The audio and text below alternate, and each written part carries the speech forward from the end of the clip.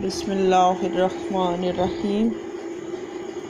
اللہم صلی علی محمد وآل محمد وعجل فرجہم۔ آج کا ہمارا ٹاپک ہے زائر امام حسین علیہ السلام کی فضیلت۔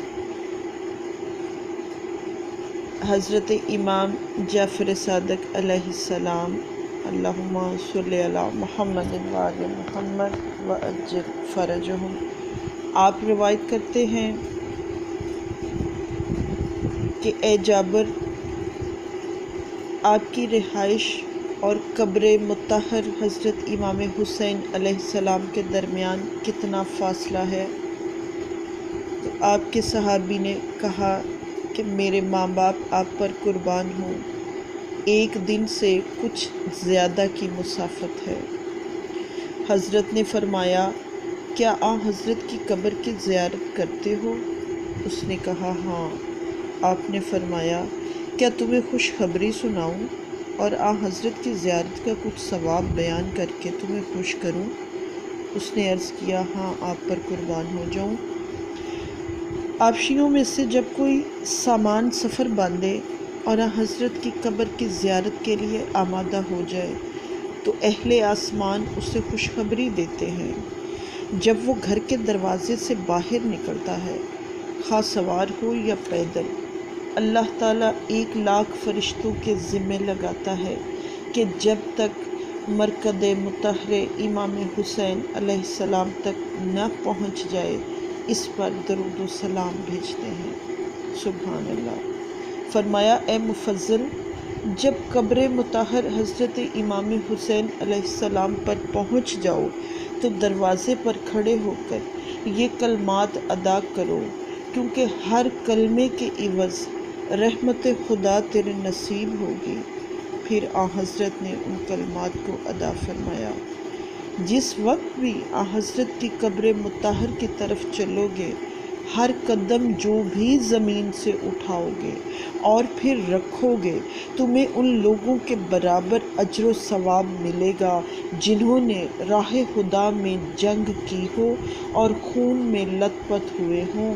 قبر پر پہنچ کر جب سلام پڑھو تو ہاتھ سے مس کرتے ہوئے اس طرح کہو، اے آسمان و زمین پر خدا کی حجت، آپ پر سلام ہو۔ اس کے بعد نماز میں مشغول ہو جاؤ۔ اس مقام مقدس پر نماز کا ثواب ان کی طرح ہے جنہوں نے 1000 حج و عمرہ بچا لایا ہو، 1000 غلاموں کو آزاد کیا ہو، اور گویا کہ اس نے کسی پیغمبر مرسل کے ہمراہ 1000 مرتبہ جہاد کیا ہو۔